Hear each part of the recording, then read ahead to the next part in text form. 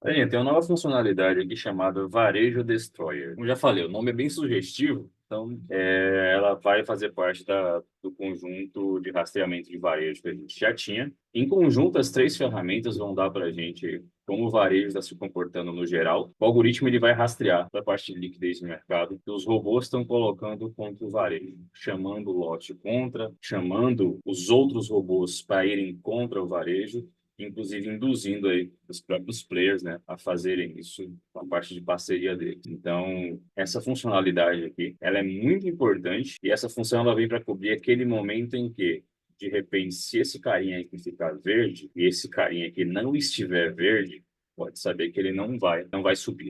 Tem uma coisa que vai acontecer em alguns momentos aqui. Vocês vão ver os dois de baixo, por exemplo, ficarem vermelhos ainda em condição de venda e esse varejo LB em cima, às vezes, ainda ficar positivo. O que vai acontecer nesse momento? Vocês vão entender um pouquinho melhor das de urinar. Vai acontecer o fato do mercado às vezes parar num ponto e ele começa a fazer isso aqui, ó, porrada para cima, porrada para baixo, ficar assim, ó, e não ir. Ele vai andar na hora que todo mundo estiver do mesmo lado. Aí ele vai fazer como ele fez aqui, ele desceu em linha reta e vai começar a andar de verdade quando todo mundo estiver do mesmo lado.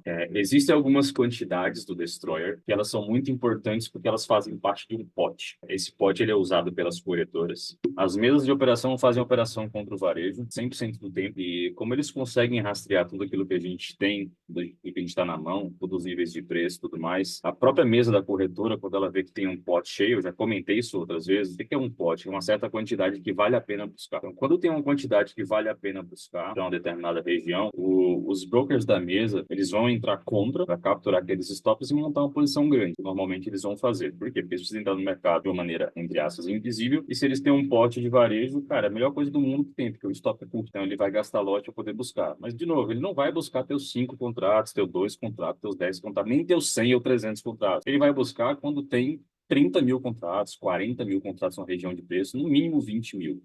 O Destroy ele vai trabalhar com alguns números que são interessantes. Por exemplo, como é o primeiro movimento do dia, agora a gente está em cima de um suporte, o Destroy chegou a alcançar de 10 mil contratos, dificilmente o mercado vai continuar aqui direto agora sem fazer uma puxada para cima. Por quê? Encheu o pote. Nesse momento, encheu o pote. Vai ser muito difícil ele fazer uma movimentação direta. Isso vai possibilitar, ao longo do tempo, vocês conseguirem adaptar alguma estratégia de uso para pegar algumas operações de retorno em cima do pote do varejo, que é o pote cheio.